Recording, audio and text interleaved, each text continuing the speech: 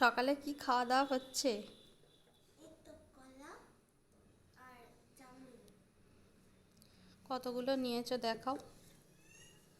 বাবা, এত কলা, এত জামরুল!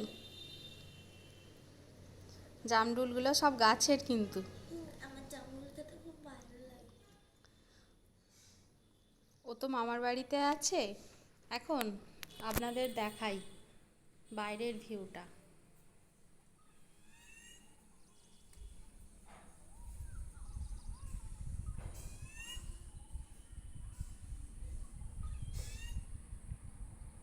দেখো এখানে গ্রাম্য পরিবেশ। কেমন লাগছে অবশ্যই জানাবে।